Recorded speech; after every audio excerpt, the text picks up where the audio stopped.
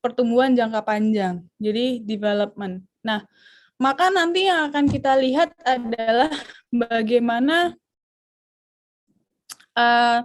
pertumbuhan itu dalam jangka panjang ya, dalam artian itu sebenarnya standard of living gitu. Jadi dari waktu ke waktu kita lihatnya business cycle fluctuation, tapi kalau dalam jangka panjang itu kemudian bagaimana kita sebagai negara, sebuah perekonomian itu menjadi lebih makmur gitu ya. Nah, makmur itu biasanya kita gambarkan dengan consumption per worker. Jadi kalau misalnya kita konsumsi per kapitanya atau pendapatan per kapitanya tinggi, maka dianggap kita itu adalah sebuah negara yang wealthy. Oke. Nah, determinannya apa aja? Nah, itu bermacam-macam. Kalau teman-teman di pembangunan udah pernah belajar, misalnya solo growth model, kemudian endogenous, Ramsey growth model, apalagi. Misalnya ada Malthus diajarin nggak? Pasti udah dibahas juga ya. Itu dia prediksinya berbeda-beda. Jadi apa yang kemudian menyebabkan kita menjadi negara yang kaya, negara yang makmur, standar living-nya tinggi, itu berbeda-beda antara satu model dan satu model yang lain. Sama juga kalau kita ngomongin kemarin business cycle fluctuation, New Keynesian, kemudian RBC menyatakan bahwa sumber dari business cycle fluctuation itu berbeda-beda ya. Kalau RBC bilang yang sumber dari fluktuasi adalah total factor productivity shock. Kalau New Keynesian yang bilang bahwa sebenarnya kalau kita krisisnya itu berasal dari aggregate demand, so it's more of like policy shock, gitu ya. Kita akan lihat 3 di sini, teman-teman. Ada Malthusian growth model, solo growth model, dan yang terakhir adalah endogenous growth theory. Nah, ketiga-tiganya nanti yang paling penting adalah bagaimana teman-teman bisa memahami prediksinya atau kesimpulannya atau kemudian apa yang dinyatakan oleh teori tersebut. Apa determinan pertumbuhan jangka panjang. Chapter 7 dan 8 saya akan masukkan ke dalam ujian, tapi nggak ada problem setnya, jadi nanti lebih pada conceptual things. Jadi yang harus dipahami oleh teman-teman di sini adalah apa perbedaan antara Malthus, Solow, dan endogenous growth theory, kemudian apa yang kemudian mereka nyatakan ya sebagai determinan dari pertumbuhan jangka panjang. Untuk ujian nanti final examnya akan it's gonna be entirely me. Jadi kita bagi-bagi nih sama Pak Traheka yang nulis UTS, saya yang nulis UAS. Kemudian bahannya adalah dari pertemuan ke-8 sampai ke pertemuan ke-14. Jadi semua yang udah saya kasih ke teman-teman ke Google Classroom. Kemudian ada satu problem set lagi, nanti kalau semua udah mengumpulkan, kunci jawabannya saya akan kirimkan. Model ujiannya adalah take home, so it's individual take home exam. Sama seperti mengerjakan problem set, tulis tangan, kemudian di-scan dan di-upload dalam bentuk PDF. Bagi yang punya iPad, mau ngerjain pakai GoodNotes, that's fine too, or any kind of application that you want. Tapi mohon tetap di-upload dalam bentuk PDF, jadi di-convert dulu ke PDF, baru di-upload.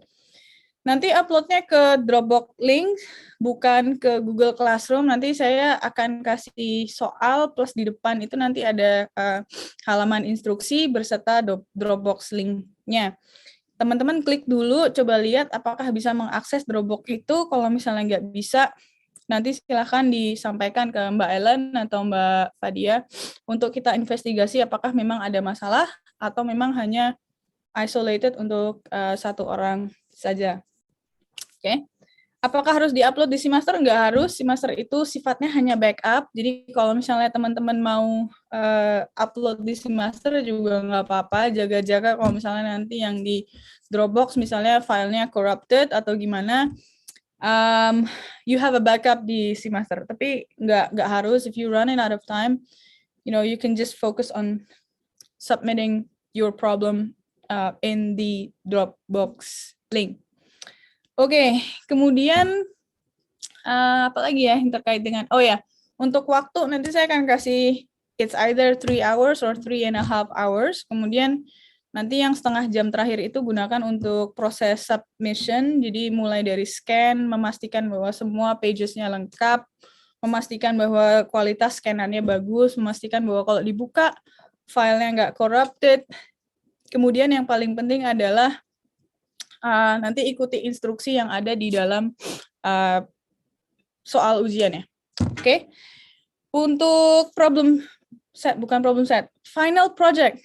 Untuk final project kita akan kasih waktu 1 minggu setelah UAS. Nanti akan disirkulasikan pengumumannya oleh Pak Trahika. Oke. Untuk hal-hal yang terkait dengan ujian, final project, anything, mungkin sebelum saya mulai kelasnya ada yang mau tanya dulu?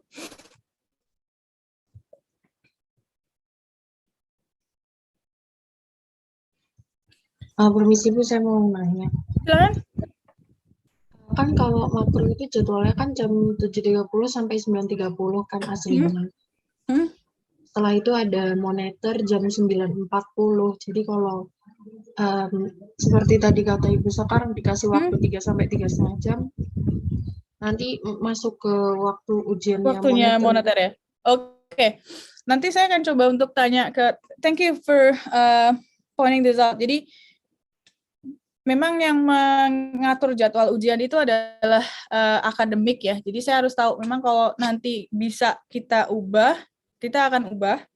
Kalau misalnya nggak diubah, berarti ya nanti ujiannya menyesuaikan aja. Berarti ujiannya nanti 2 jam gitu. Saya nggak tahu, monitornya monitor Pak Faudi atau Pak Edi? Monitor satu kan ya? Iya, tapi sepertinya kalau jadwalnya sama ya? Oke. Berarti kelas makro yang Pak Ins juga sama ya? Oke, we'll look into that. Thank you.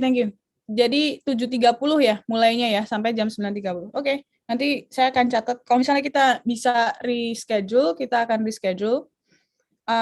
Kalau misalnya nggak bisa, berarti saya akan sesuaikan jumlah soalnya supaya nanti bisa sama dengan yang dialokasikan waktunya oleh akademik.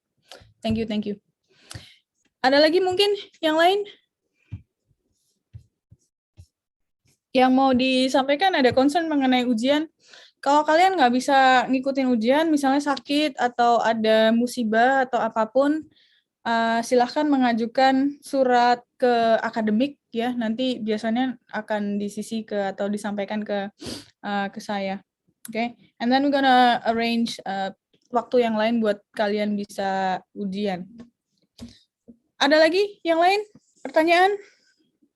Jadi udah kebayang ya ujiannya kayak apa ya? Sama persis dengan problem set, tapi ya oke, anggap aja problem set itu adalah latihan ujian. Oke. Jadi apapun yang kalian nanti sudah pelajari di problem set, most likely akan keluar hampir-hampir sama, nggak akan jauh-jauh beda.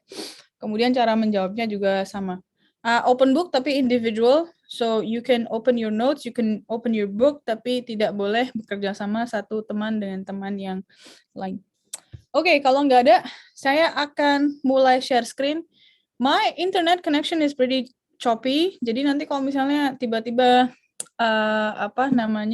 nge-freeze, suaranya hilang gitu, kemudian slide-nya nggak jalan, berarti saya lagi coba untuk reconnect ya, tapi di sini ada Mbak Fadia sama Mbak Ellen yang udah saya jadiin co-host. Alright, kita ke materi.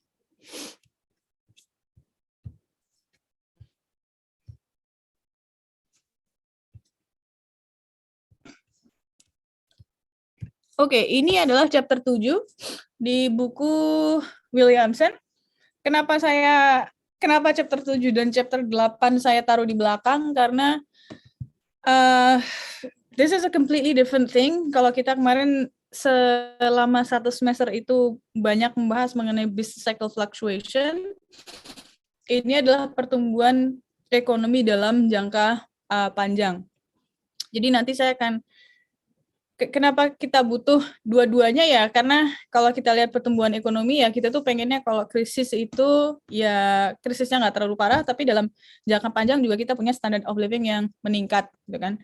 Jadi pada akhirnya kita tetap harus concern pada apa yang terjadi dalam jangka pendek dan jangka panjang. Bukan hanya jangka pendek aja, bukan hanya jangka panjang aja, tapi kedua-duanya. Oke.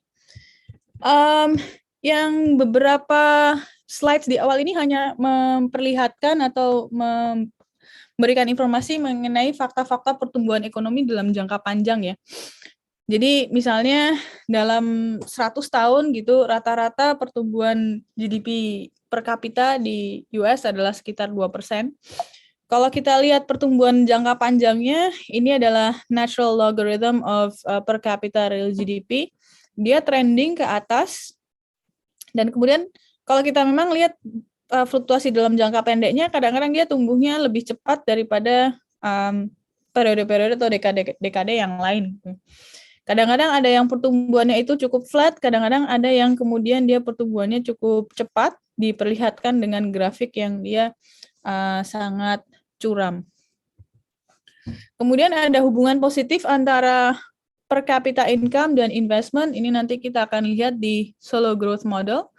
Kalau kita lihat across countries, ternyata memang ada terlihat hubungan yang positif, walaupun ini nyebelin banget ya, ada titik di sini, seolah-olah dia hubungannya, kalau kita tarik garis regresinya itu dia vertikal gitu, instead of positive. But anyways, if you take that one out, it's pretty obvious that semakin tinggi investment rate, semakin tinggi real income per capita. Dan ini kita bisa nanti jelaskan dengan Solo Growth Model. Kemudian ada hubungan yang negatif antara population growth rate dan real per capita income. Kita lihat lagi across countries, memang kemudian buktinya seperti itu. Untuk negara-negara yang populasinya pertumbuhan populasinya tinggi, income per kapitanya cukup rendah relatif terhadap negara-negara yang populasinya pertumbuhan populasinya rendah. Oke.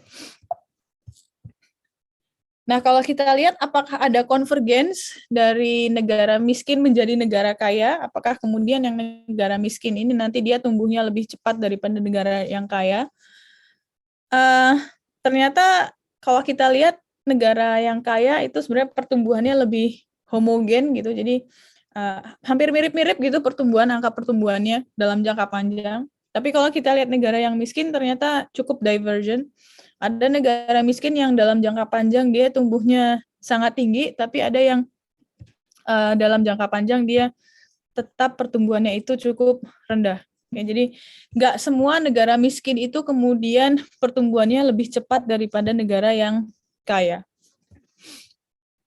Kita akan pelajari tiga teori pertumbuhan. Yang pertama adalah Malthus, kemudian yang kedua Solo, yang ketiga adalah endogenous growth theory. Saya agak cepat karena teman-teman juga pasti udah mempelajari ini di kelas development dan juga pasti udah belajar di kelas makro 1. Okay. So there's nothing new. Probably ini kayak cuman mengingat kembali atau ini hanya apa ya istilahnya mereview apa yang teman-teman sudah pelajari di kelas makro 1 dan di kelas pembangunan 1. Pertama Malthus, ini teman-teman nonton Marvel nggak sih? Ini kayak Thanos gitu sebenarnya. Cukup bleak juga prediksinya bahwa kalau ada technological advancement itu ternyata nggak akan mengubah apapun kalau kita lihat konteks standard of living. Jadi apakah kita akan menjadi makmur, apakah kita akan menjadi kaya, apakah standard of living kita akan membaik? Ternyata kalau menurut Malthus enggak. Technological advancement only increase population, but it doesn't change anything about the standard of living. Oke. Nanti untuk Solo Growth Model dan untuk endogenous growth theory, prediksinya akan berbeda. Tapi kita lihat satu-satu.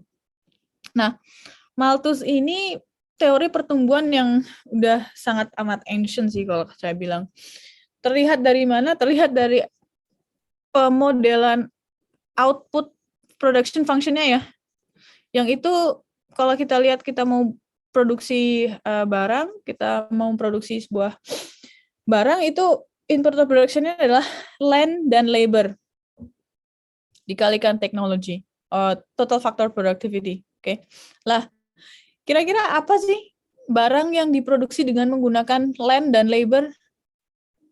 Agricultural products ya pasti ya. Nah, jadi ini menunjukkan bahwa memang di saat kemudian teori ini dibangun, memang sektor yang mendominasi adalah sektor agrikultur. Oke.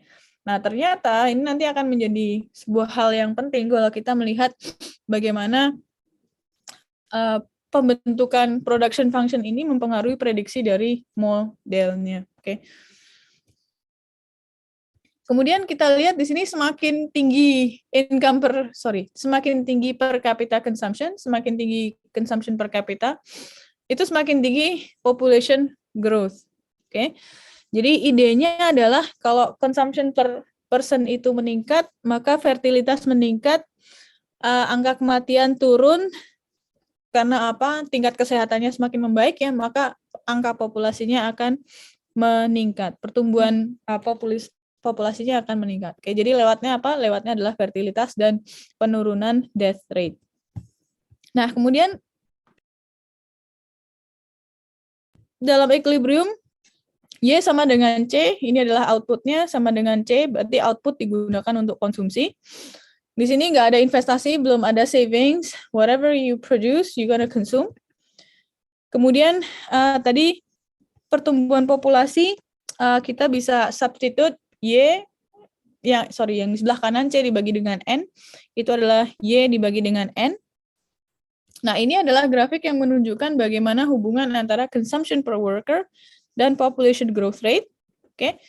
Jadi semakin tinggi consumption per worker, semakin tinggi population growth rate. Nah, kalau kita lihat di dalam equilibrium, ternyata future population itu dipengaruhi oleh current population. Kita akan melihat dalam jangka panjang. Anggap aja ini adalah keadaan di mana things are not changing. Jadi kalau kita melihat model akuarium itu saat airnya dia tenang. Jadi airnya itu flat. Oke, dia nggak ada gelombangnya, nggak ada nggak, kalau misalnya kita lihat kemarin kan terus akuariumnya diaduk terus ada ripple efeknya gitu ya, nggak ada. Ini keadaannya tenang, maka satu periode dan periode yang lain itu akan sama. Jadi current population and future population is gonna be the same. Oke, jadi kita akan melihat dalam kondisi jangka panjang. Jadi kita nggak melihat bagaimana kemudian dinamikanya dari waktu ke waktu, tapi kita melihat dalam jangka panjang di mana kemudian satu variabel, kalau kita lihat di sini variabelnya populasi, current population sama dengan future population. Jadi konteksnya sekarang itu ya, jangka panjang. Jadi kita nggak ngomong dari waktu ke waktu. Nah, yang penting di sini adalah begini. Kalau kita ngomong kesejahteraan, kalau kita ngomong standard of living, kalau kita ngomong kemakmuran, apakah semakin besar GDP-nya masyarakatnya semakin makmur? That's not how we think of it, right? Kita punya kue yang sebesar-besarnya, kalau dibagi ke 1.000 orang, maka itu ya parts-nya itu kecil banget. Yang kemudian kita nikmati itu, ya Allah cuman gini doang gitu. Ini kayak kalau istilahnya, kalau orang Jawa bilang, wah ini cuma jadi selilit gitu, cuman kayak ngeganjel gigi aja, sebenarnya nggak bikin kita kenyang gitu kan. Jadi yang lebih make sense buat kita adalah kalau kita ngomong konteks per worker atau per capita atau per person. So we're not gonna be talking about the aggregate income atau aggregate output anymore, tapi yang akan kita gunakan adalah per worker. Which makes a lot of sense dalam konteks pertumbuhan atau pembangunan ekonomi jangka panjang. Oke.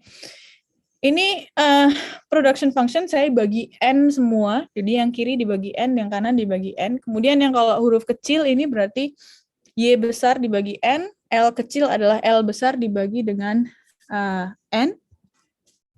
Kemudian adalah consumption per worker, C kecil adalah C besar dibagi dengan N. Kemudian L kecil sama yang kayak tadi, L kecil adalah L besar dibagi dengan N. Nah, steady state condition, saya ulangi lagi, kita melihat pertumbuhan ekonomi jangka panjang ya, pada kondisi steady state kalau kita bilang. Nah, kondisi steady state ini kalau tadi kita lihat bahwa konsumsi itu pertumbuhan penduduk itu dipengaruhi oleh konsumsi, tapi tadi C besar dibagi dengan N, saya kemudian bisa substitusikan menjadi C kecil. Jadi C besar dibagi dengan N. Nah, kalau kita lihat per worker production function, ini sama kayak yang sebelumnya, cuman sekarang outputnya sama, yang beda adalah inputnya. Inputnya sekarang adalah land per worker. Jadi kita nggak ada capital. We're not talking about capital yet.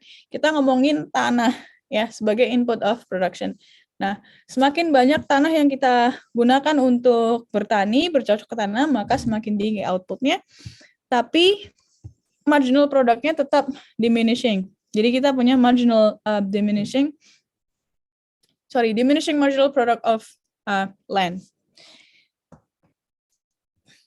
Yang ini gambar 7.8, this is the whole Malthusian model. Okay. Tadi kita ngomongin kondisi steady state, di mana populasi itu nggak tumbuh. N prime sama dengan N. Future population equals current population. Maka N prime dibagi N-nya sama dengan 1. Okay. Kemudian kita akan lihat consumption per worker yang itu dalam kondisi steady state, di mana N prime sama dengan N, maka dalam jangka panjang consumption per worker-nya adalah C star. Nah, dari gambar yang B, saya mau ngomong gambar sama grafik, jadi gambar yang B, saya bisa mendapatkan land per worker dalam jangka panjang. Berapa sih input yang saya butuhkan untuk mendapatkan konsumsi per worker sebesar C star. So how much land per worker in the steady state to support the consumption per worker sebesar C star. Nah, kalau kita udah bangun modelnya, kalau kita udah tahu nih bagaimana ya dalam jangka panjang itu kita mendapatkan consumption per worker itu, maka kita bisa melakukan simulasi. Kayak kita kemarin punya akuarium, kita udah bangun akuariumnya, terus kita simulasi. Pertama yang simulasi adalah kondisi di mana misalnya nggak ada tembok, gitu kan. So that's like the baseline outcome. Begitu kita kemudian ganti temboknya, kemudian diukur lagi berapa sih banjirnya. Ganti bentuk tembok, diukur lagi berapa sih banjirnya. So that's what we gonna do. Pertama yang kita akan ubah adalah teknologi. Kita pengen tahu apa yang terjadi dalam Malthusian model kalau teknologinya berubah. What happen if we have technological advancement? Ngaruhnya kemana sih? Ada pengaruhnya nggak? Pengaruhnya kemana? Gitu kan? Itu yang akan kita lihat. Nah, kalau kita lihat total factor productivity meningkat, sebenarnya kalau dilihat di di gambar yang di sebelah kiri ya, maka dia akan pivot ke atas ya. Ini sama dengan yang sebelumnya kita lihat di business cycle fluctuation. Dia akan pivot ke atas. Apakah kemudian consumption dalam jangka panjang akan meningkat? Ternyata enggak. Karena consumption per worker dalam jangka panjang itu masih ditentukan oleh population growth. Oke. Jadi posisinya C star-nya akan sama. Tapi yang terjadi adalah penggunaan lahannya akan menjadi lebih rendah. Contohnya aja kalau misalnya kita punya lahan sebesar 1 hektar yang itu menghasilkan 100 kg beras. Teknologinya kita pakai pacul. Pacul itu apa ya? Cangkul. Bahasa Indonesia adalah cangkul. Kita menanam padinya dengan menggunakan cangkul. Oke? Kemudian dengan waktu yang sama, dengan bibit yang sama, dengan everything. Kalau kemudian teknologinya meningkat dari cangkul menjadi traktor, maka untuk menghasilkan 100 kg beras, kita hanya butuh lahan sebesar 0,5 hektar. Okay? So that's the idea. Technological advancement only helps with the amount of land yang kita gunakan. Jadi kita nggak harus menggunakan jumlah lahan yang sangat besar gitu ya untuk memproduksi output. Okay? Jadi kalau kita lihat di sini, apakah dalam jangka panjang konsumsi kita akan meningkat? Ya enggak juga. Dalam jangka panjang konsumsi kita akan tetap pada C star. Yang terjadi adalah kalau kita lihat di sini, jumlah labornya akan meningkat. Tapi kalau kita lihat consumption per worker-nya nggak akan meningkat. Nah, kenapa begitu? Karena think of it, when you have technological advancement, kita punya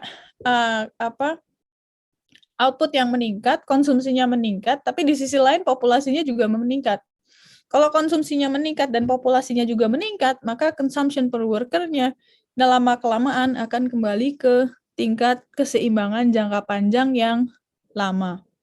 Oke. Nah, apa yang membuat kita itu bisa menjadi lebih makmur dalam jangka panjang? Katanya Malthus, you control the population. Sama kayak Thanos ya, you wipe out half of the living being in this world. Menurut Malthus gitu tuh. Jadi buat kita supaya kita bisa lebih makmur dalam jangka panjang, yang harus kita lakukan adalah mengkontrol jumlah populasi. Kalau kita kontrol jumlah populasinya, yang terjadi adalah per capita consumption akan meningkat dalam jangka panjang, maka kemudian standard of living-nya meningkat. Kenapa begitu? Pembaginya semakin kecil, ya. Jadi kita tumbuh, tapi kemudian kalau kita lihat kuenya itu semakin besar, tapi kue yang semakin besar itu dibagi ke orang yang lebih sedikit. Pada akhirnya jatah setiap orang itu akan menjadi lebih besar. Okay, so that's the proposition. Menarik ya kalau kita lihat di sini dengan kalau kita punya population control, kemudian kurva yang di sebelah kanan ini dia bisa pivot ke bawah, yang terjadi adalah dalam jangka panjang consumption per worker-nya akan meningkat dari C1 ke C2. Oke. Jumlah tanah yang dipakai juga emang harus meningkat sih, karena kita kemudian harus memproduksi lebih banyak barang. Tapi caranya kemudian kita bisa mengenerate peningkatan standard of living adalah dengan mengontrol populasi. Apakah model Malthus ini make sense? Apakah kemudian kita memang harus mengkontrol populasi? Nah, ini agak sedikit bertentangan dengan, kalau teman-teman dulu belajar waktu SMA belajar sejarah, SD, SMP, SMA pasti pernah belajar sejarah ya, pernah ya. Ancient civilization itu, jadi ada teori yang menyatakan bahwa sebenarnya suatu peradaban itu akan lebih makmur kalau kemudian lebih banyak orangnya. Kenapa begitu? It's a pool of talent kan sebenarnya. Kalau kita hidup di suatu tempat yang kemudian itu banyak orangnya, yang terjadi adalah technological advancement, maka kemudian orang-orang itu akan menjadi lebih makmur kan gitu. Kok Malthus kebalikan? Malthus kalau bilang, yaudah kita kontrol aja populasinya gitu, karena yang terjadi adalah kita tuh kayak berebut kuenya tuh cuma satu, tapi kemudian dibagi orang yang lebih banyak, ya pada akhirnya kita nggak akan makmur. Oke. Nah, ini ancient theory kalau buat saya bilang, karena kalau kita lihat contoh yang tahun 1800 ke belakang, ya pre-1800, mungkin itu make sense. Terutama juga kalau kita lihat tadi production function-nya itu adalah menggunakan tanah, land. Udah jelas banget kan itu barang apa yang diproduksi dengan menggunakan land dan labor. Agricultural products. Dimana kalau kita lihat tahun 1900-an, 1800-1900-an, 2000-an, you have technological advancement, you have industrial revolution. Kita sekarang udah bahkan nggak ngomongin manufaktur lagi, tapi udah ngomongin services, maka kemudian model ini menjadi kurang relevan. Oke? Jadi memang kemudian ada masa-masanya di mana model Malthus ini make sense, tapi kemudian karena struktur perekonomian itu sudah berubah, maka kemudian model ini nggak make sense. Pertama kita lihat dari efek teknologi terhadap fertility. Ya, tadi kan diasumsikan bahwa kalau kita konsumsinya lebih banyak, kita kesehatannya lebih baik, fertility-nya meningkat, death rate-nya turun, gitu kan. Nah, apakah memang begitu? Apakah kalau kemudian semakin tinggi tingkat technological advancement-nya, kemudian kita mau punya banyak anak? Not necessarily, atau bisa punya banyak anak? Not necessarily. Karena kalau kita lihat technological advancement, kemudian memberikan job opportunities untuk women, yang terjadi adalah banyak wanita yang bekerja di luar rumah. Nah, pada akhirnya kesempatan untuk kemudian memiliki banyak anak itu akan digantikan dengan opportunity untuk bekerja dan mendapatkan gaji. Okay? Jadi ada opportunity cost nih kalau kemudian women are staying at home, gitu ya. Nah ini kalau dibandingkan dulu kakek nenek saya anaknya itu 9 gitu. Kalau bapak ibu saya anaknya cuma 1 gitu. Karena at the end of the day, my mom choose to pursue her career. That's fine, nothing wrong with that. Tapi begitu kemudian kita berganti dekade, ternyata kemudian kesempatan untuk bekerja itu opportunity cost-nya itu terlalu besar buat wanita untuk staying at home and having more kids, ya. Bagaimana dengan production function-nya? Ini juga lucu. Kalau kita lihat sekarang, do we think that land is the most important input of production? Ternyata enggak, kan? Karena emang jenis struktur perekonomian udah berbeda. We're not relying so much on agriculture, tapi lebih ke misalnya manufaktur. Nah, dari sisi struktur perekonomian yang berubah, kalau kita lihat manufaktur, input of production yang paling penting adalah mungkin capital, barang modal, ya berupa mesin, peralatan, structures, buildings, gitu kan. Kemudian, all different type of means of transportation, misalnya. Jadi penting itu. Nah, kalau land itu dia tidak bisa gimana ya? Land cannot reproduce itself. Nggak bisa kemudian dengan menambah lahan kita mendapatkan lahan yang lebih banyak di masa yang akan datang. Reklamasi gitu mungkin bisa nggak? Ya repot juga ya. Kalau kita nggak di pinggir pantai gimana bisa reklamasi gitu kan. Nah, jadi ada keterbatasan di situ bahwa tanah itu we got land and a fixed supply. Sedangkan kalau kita lihat nature of the economy, sekarang strukturnya udah didominasi oleh manufacture. So we're gonna be talking about capital accumulation. Jadi bagaimana kemudian akumulasi kapital helps with growth. Bagaimana kemudian kita punya sebuah input of production yang bisa reproduce itself.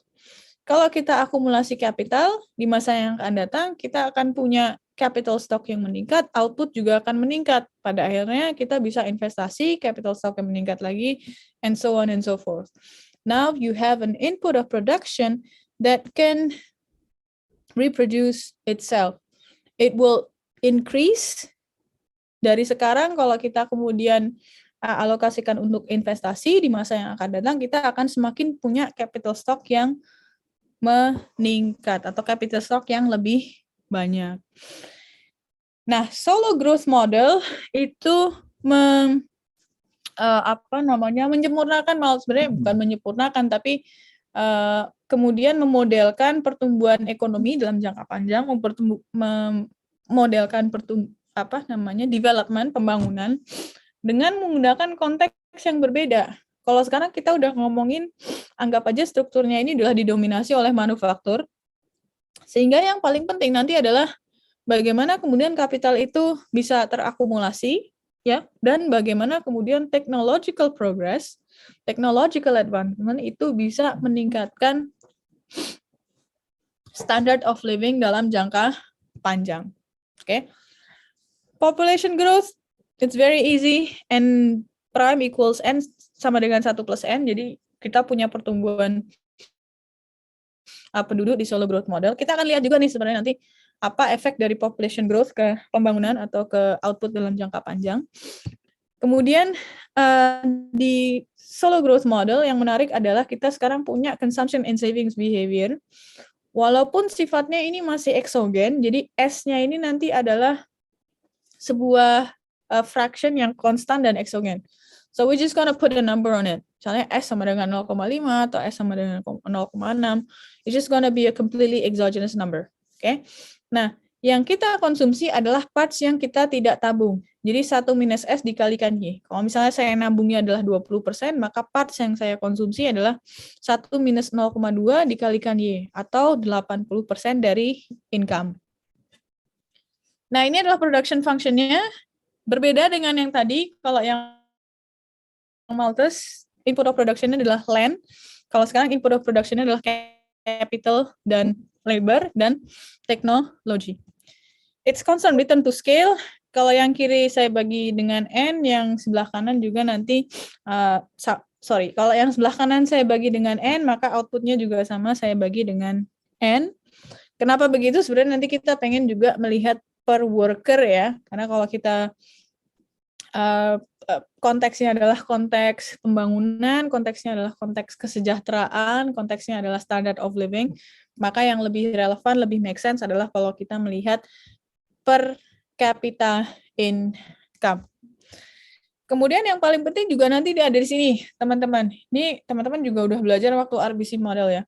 So this equation shows how capital stock evolves. Bagaimana kemudian capital stock itu dia berubah dari waktu ke waktu.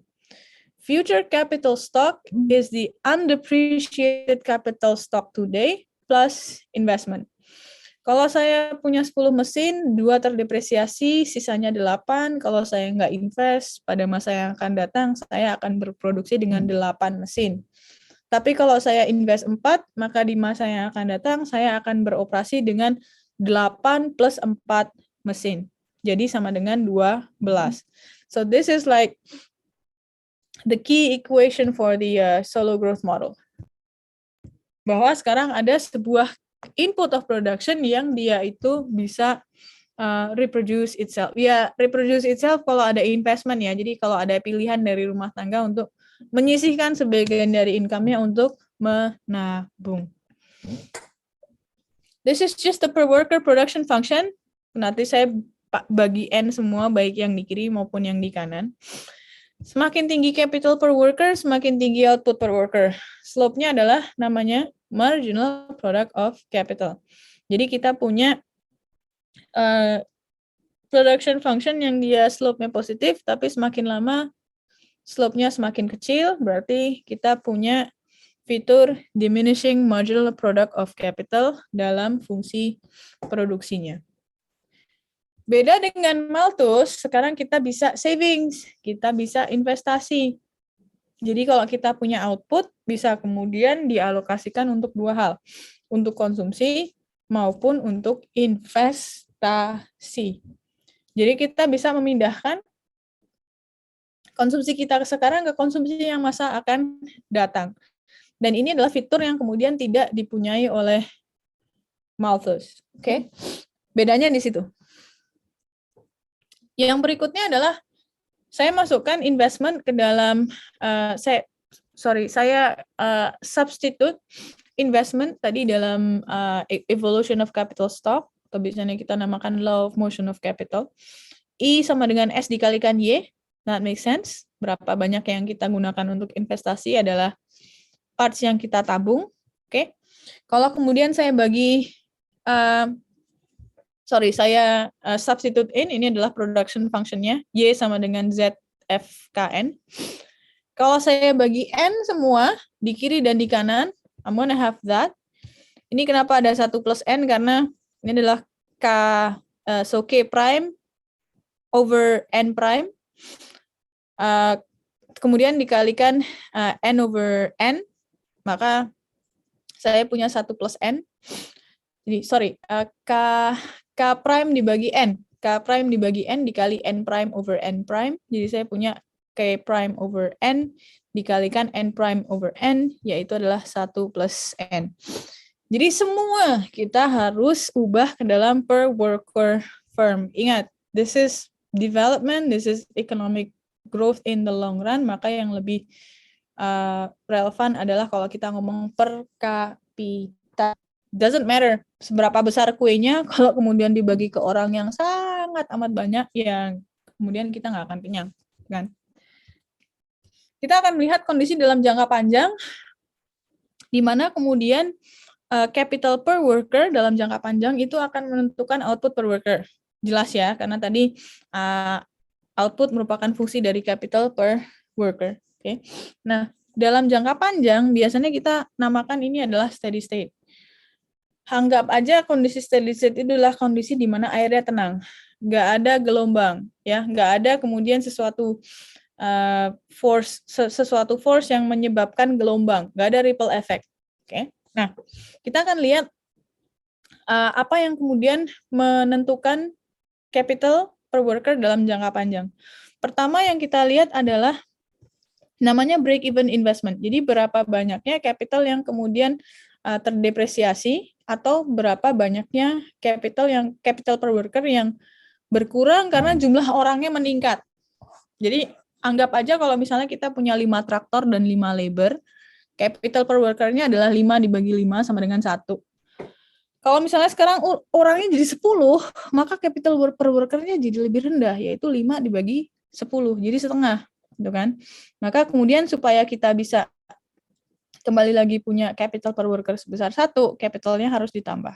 Oke, so that means that kalau kita lihat berapa capital yang perlu di-replace, itu adalah N plus D dikalikan dengan K star. Kemudian yang ini adalah kurva investasi, teman-teman. Keadaan steady state adalah di mana kemudian saat kita investasi sama dengan capital yang harus kita gantikan. Oke. Nah, kalau misalnya kita ada di sebelah kanan K star, ya, yang terjadi adalah kita punya banyak capital, tapi kemudian tingkat depresiasinya dan yang dibutuhkan untuk menggantikan karena ada population growth lebih besar daripada investasinya. Pada akhirnya capital stock-nya akan berkurang.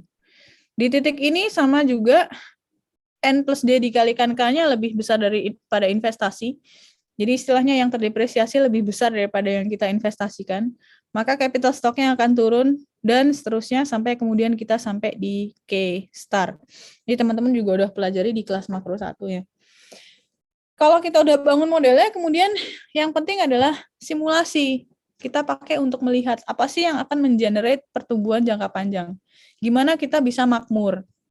Gampang, naikin aja saving rate, ya nggak? Kalau saving rate-nya meningkat, kita menabungnya lebih banyak, investasinya lebih banyak setiap periode, maka kemudian kita akan punya capital per worker dalam jangka panjang yang juga lebih tinggi. That makes sense. Ya. Pertanyaannya adalah, apakah kemudian kita harus saving setinggi-tingginya? Kalau kita mau makmur, berarti saving rate-nya harus 0,99, Bu, atau 1. Bisa nggak sih kita saving rate-nya sama dengan 1? Bisa nggak kita saving rate-nya sama dengan 1? Jadi kalau misalnya saya punya pendapatan, semuanya ditabung. Ya, Bu, kita butuh itu supaya investasinya tinggi. Supaya kemudian capital per worker dalam jangka panjang juga tinggi. Kalau capital per worker dalam jangka panjang tinggi, maka output per worker dalam jangka panjang tinggi. Kita semakin bahagia, Bu. Kira-kira gitu nggak? Nggak bisa juga, karena ada trade-off-nya ya. Begitu kita saving-nya meningkat, maka jumlah yang kita konsumsi akan berkurang. Ya.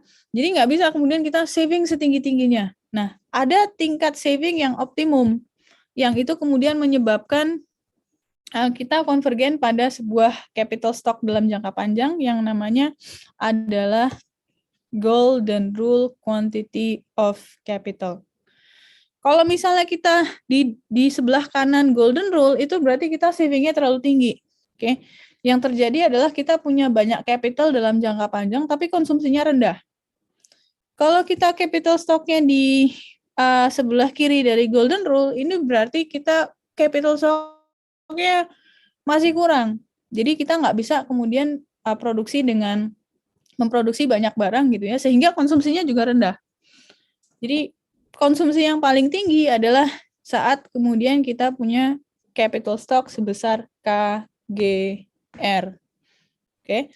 Jadi konteksnya adalah bukan membuat output per worker sebesar-besarnya, tapi yang kita gunakan adalah konteksnya adalah gimana kita punya consumption per worker yang paling besar dalam jangka panjang. Oke. Nah, apa yang terjadi kalau population growth meningkat? Ini sama kayak yang yang Malthus tadi ya, kita melihat apa sih efek dari population growth rate. Kalau yang Malthus tadi, apa efek dari population control ya, kalau kita lihat apa efek dari population growth rate.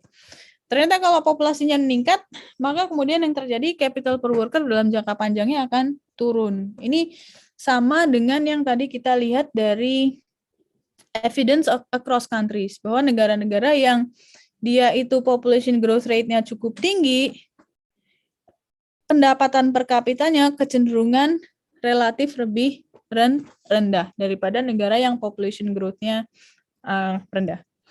Bagaimana kalau kita punya total factor productivity yang semakin meningkat? Technological advancement, gampang banget. Kita lihat di sini kurva investasinya dia akan bergeser ke atas, pivot ke atas. Kalau dia pivot ke atas, maka yang terjadi adalah capital stock dalam jangka panjangnya akan meningkat. Jadi output per worker dalam jangka panjangnya juga meningkat. Jadi kalau kita lihat solo growth model sedikit berbeda ya dengan Malthus. Kalau Malthus bilang supaya kita bisa makmur, supaya kita bisa sejahtera, yang harus dilakukan adalah mengkontrol populasi. Kalau solo growth model enggak. If you want to have higher standard of living in the future, yang harus kita lakukan adalah menaikkan saving rate. Walaupun nggak kemudian bisa menaikkan saving rate setinggi-tingginya ya, karena kalau dalam solo growth model yang relevan untuk kemudian menggambarkan, sama juga sih dengan yang Malthus, yang relevan untuk menggambarkan kesejahteraan adalah consumption per worker. Jadi gimana kemudian kita mengatur supaya saving rate-nya itu bisa menghasilkan atau bisa membuat kita punya consumption per worker yang paling tinggi, yang paling besar dalam jangka panjang. Jadi cara kita mengenerate pertumbuhan adalah dengan menggunakan saving dan investasi. Sampai sini ada yang mau ditanyakan dulu, teman-teman? Ini kalian udah belajar di makro 1 ya, jadi harusnya cukup familiar dengan solo growth model. Buku MenQ juga kayaknya chapter 8, 9, something like that.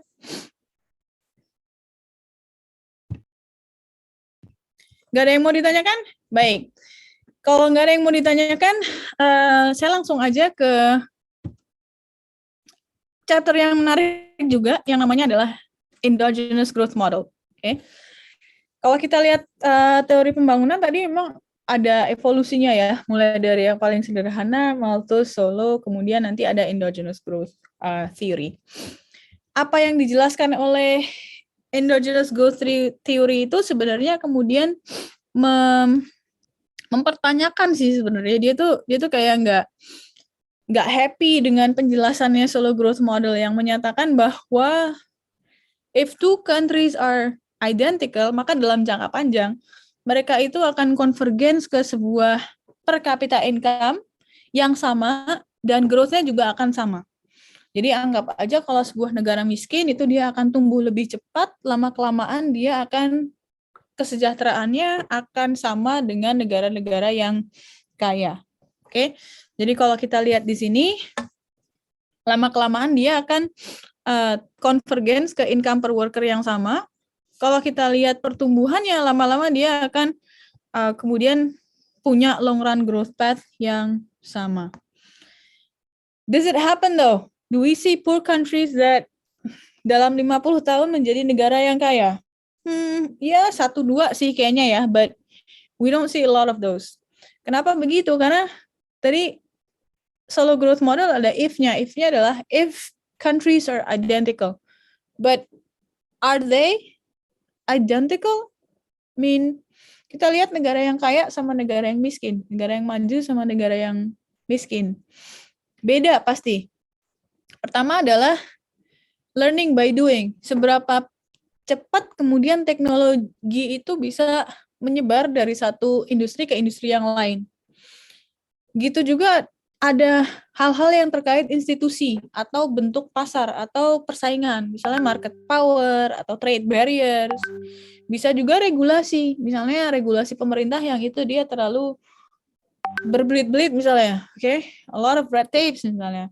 Atau very inefficient.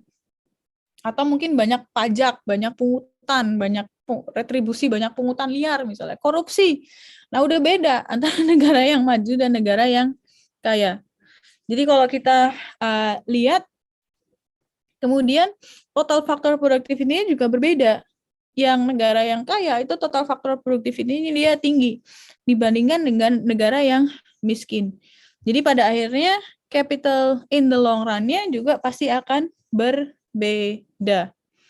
Nah, satu lagi yang kemudian bisa menjelaskan bagaimana kemudian negara yang kaya dan negara yang miskin itu tidak akan konvergens ke satu level yang sama, yaitu adalah human capital. Jadi kalau tadi di Solo Growth Model diasumsikan bahwa capitalnya itu bentuknya physical capital, barang modal yang sifatnya fisik ya. Kalau sekarang ada capital yang lain yang bentuknya adalah human capital. Kalian juga udah pelajari pembangunan ya. Misalnya kalau kita ngomong edukasi. Oke. Nah, nanti di sini yang menarik adalah ternyata human capital accumulation itu kemudian bisa mengenerate growth dalam jangka panjang. Growth yang perpetual, growth yang kemudian dia itu nggak akan lama-lama menjadi lebih kecil. Think of it like physical capital, ya. Kita tambah capitalnya terus gitu kan. Outputnya akan nambah, tapi tambahan outputnya semakin kecil. We have diminishing marginal product of capital, ya nggak? Kalau human capital gimana kira-kira? Ya, nggak kayak gitu, karena semakin banyak kita akumulasi human capital, yang terjadi adalah kita akan semakin produktif. Produktivitas kita akan kemudian meningkat, ya. Produktivitasnya, tambahan produktivitasnya akan menjadi lebih tinggi. Oke. Jadi yang kita akan modelkan nanti adalah bagaimana human capital itu diakumulasikan, kemudian bagaimana human capital itu akan mengenerate pertumbuhan dalam jangka panjang yang sifatnya perpetual. Berbeda dari yang tadi, kita nggak akan punya physical capital, just to simplify the problem. Consumption equals to output, jadi di sini nggak ada investasi karena nggak ada physical capital. Income-nya adalah dari bekerja, jadi U adalah labor, kemudian HS adalah human capital, kemudian W adalah upahnya. Jadi anggap aja U ini adalah unskilled labor, kemudian HS adalah skilled labor. Bagaimana human capital itu terakumulasi? Jadi HS prime adalah future human capital, yang HS adalah current human capital. Dipengaruhi oleh apa? Pertama, banyaknya waktu. Berapa banyak waktu kita belajar? Berapa banyak waktu yang kita devote untuk education and training? Oke. Yang kedua adalah kualitas. Kualitas dari edukasi itu sendiri. Ya percuma aja kita 24 jam belajar kalau kualitas dari pendidikannya itu rendah. Jadi kalau kita lihat di sini bukan hanya kemudian kita butuh menambah jumlah infrastruktur yang terkait dengan pendidikan, tapi juga kita butuh untuk menambah kualitas dari pendidikan itu sendiri. Output diproduksi dengan menggunakan teknologi, unskilled labor, kemudian dengan menggunakan human capital. Kalau kita lihat profitnya, that's just return minus cost. Ini adalah kurva permintaan dari tenaga kerja. Oke. Kalau kita lihat di sini, wage-nya sama dengan Z, karena tadi Z sama dengan output sama dengan Z UH. Oke, kalau kita turunkan terhadap UH, maka W sama dengan Z, ya. MPL-nya adalah Z, maka dia horizontal. Oke. Nah, kalau kita lihat income identity, jelas yang sebelah kanan adalah output, yang sebelah kiri adalah consumption. Anything that we produce, we're gonna consume. That's very easy. Dalam konteks agregat, sama kalau kita melihat human capital accumulation akan tergantung oleh dua hal, berapa banyaknya kita belajar dan kualitas dari belajar. Nah, kalau kita lihat equilibrium growth rate of human capital, sama kayak tadi. Jadi nggak kemudian bagaimana kita belajar sebanyak-banyak ya, tapi berapa kita banyak belajar dan kualitas dari pembelajaran itu sendiri. Jadi ada efficiency unitnya di sini. Semakin tinggi B, maka untuk 1 jam belajar, akumulasi capitalnya, akumulasi human capitalnya akan semakin besar. Nah, beda teman-teman dengan yang physical capital tadi. Kita bisa mengenerate pertumbuhan yang tanpa batas. Karena kalau kita lihat di sini, bagaimana dan bagaimana H dan H prime itu kemudian dalam kondisi steady state ya. Kalau misalnya sekarang kita punya B yang lebih tinggi, maka kemudian dia kurva yang biru ini dia akan bergeser ke kiri ya. Jadi untuk current human capital, kemudian kita bisa mendapatkan future human capital yang lebih tinggi karena jelas kualitas dari edukasinya juga meningkat. Jumlah yang kita gunakan untuk belajar juga gitu. Semakin kita banyak belajar, maka akumulasi kapitalnya akan menjadi lebih tinggi. Pada akhirnya kita nggak kemudian converge ke sebuah steady. Jadi kita bisa tumbuh selamanya. Kita nggak kemudian terbatas pada kalau kayak physical capital ya, at some point tambahan dari capital itu menjadi 0 gitu. Kita udah nggak kayak gitu lagi ya. Karena pada akhirnya semakin banyak kita belajar, semakin baik kualitas dari edukasi dan training itu, semakin tinggi pertumbuhan yang kita bisa generate. Nah, kalau kita devote banyak waktu untuk belajar atau kita perbaiki dari kualitas pembelajaran atau kualitas dari education, ternyata consumption path kita itu bisa lebih steep, bisa lebih curam gitu ya. Dari istilahnya kemudian kita bisa menikmati konsumsi yang lebih tinggi dari waktu ke waktu. Nah, ini yang kemudian menjadi pembeda antara negara yang kaya dan negara yang miskin.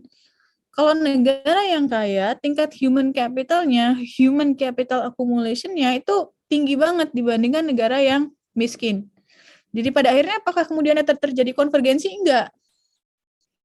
Karena kenapa begitu? Kualitas edukasi, kualitas kesehatan, ya healthcare di negara-negara yang miskin, ini jauh banget dibandingkan negara-negara yang kaya.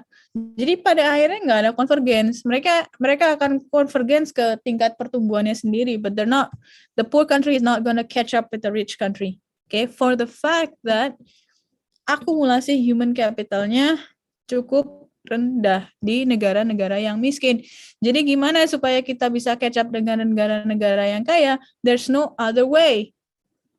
We need to fix the education system and the healthcare system. We need to make human capital accumulation better and better in the future.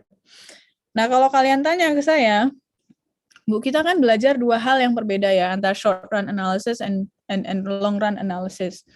Kalau short run analysis, kita ngomong pertumbuhan ekonomi dalam konteks quarter to quarter. Kita ngomong kalau krisis itu kebijakan pemerintah apa yang paling baik gitu ya, digunakan untuk stimulus semasa krisis. Oke.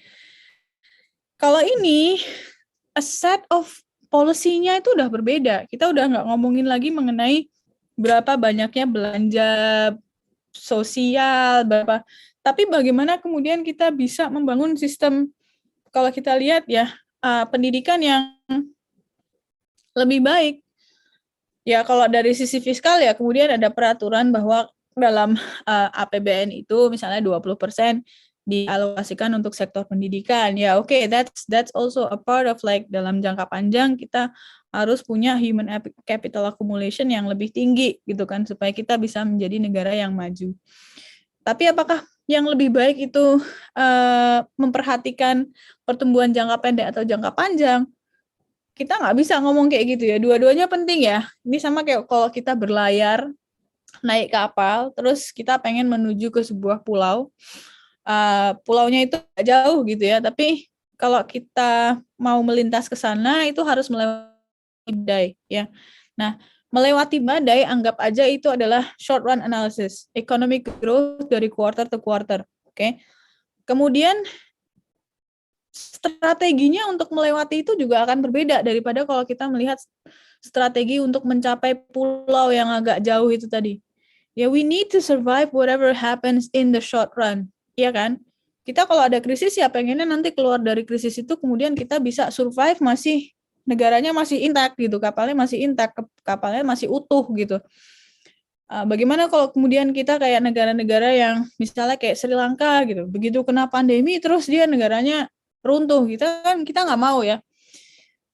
Jadi jangka panjang penting, jangka pendek juga penting, jangka pendek penting, jangka panjang juga penting. So they're not like, you know, a substitute of each other, but they're like complementing one and each other. Jadi kenapa kemudian kita di makro itu butuh untuk belajar dua-duanya. Kita butuh belajar pertumbuhan ekonomi jangka pendek dalam konteks fluktuasi dan pertumbuhan ekonomi jangka panjang dalam konteks pembangunan ekonomi. Nah, nanti yang keluar dalam ujian, ini saya kasih kisi-kisi aja ya. Teman-teman harus paham apa determinan of growth dalam jangka panjang menurut Malthus dan menurut endogenous growth model. Terus kemudian apa kritik dari setiap tumbuhan tersebut. Okay, so that's very simple. That's like just the conceptual things ya. Berbeda dengan yang kita pelajari di kelas business cycle fluctuations. Oke, bahannya udah habis. Teman-teman ada yang mau ditanyakan?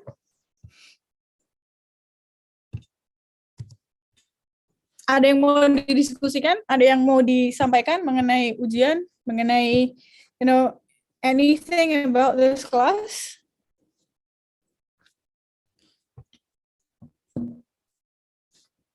Ada concern? Mengenai problem set, mengenai ujian, mengenai apapun. Untuk ujian nanti saya coba cek lagi ke akademik ya. Kalau kita nggak ada waktu lain, maka nanti ujiannya akan saya buat aja selama 2 jam. Oke? Baik. Kayaknya nggak ada lagi, karena nggak ada lagi. This is our last meeting in the semester. Selamat belajar buat ujian, teman-teman. Ada minggu tenang, gunakan dengan baik. Nanti apapun kalau misalnya ada pertanyaan yang belum ditanyakan mengenai ujian, mengenai materials, whatever you have in mind, kirim aja email ke saya atau bisa langsung tulis di Google Classroom misalnya untuk problem set yang mana Bu, saya nggak jelas, atau misalnya saya mau tanya mengenai whatever, just let me know. Okay? Terima kasih teman-teman semuanya. Ketemu lagi di lain kesempatan. Saya tutup kelasnya, saya tutup semesternya. Maksudnya bukan semesternya, saya tutup mata kuliah untuk semester ini. On behalf of Pak Traheka juga, terima kasih semuanya. Assalamualaikum warahmatullahi wabarakatuh. Sehat selalu ya. Sukses untuk ujiannya. Thank you.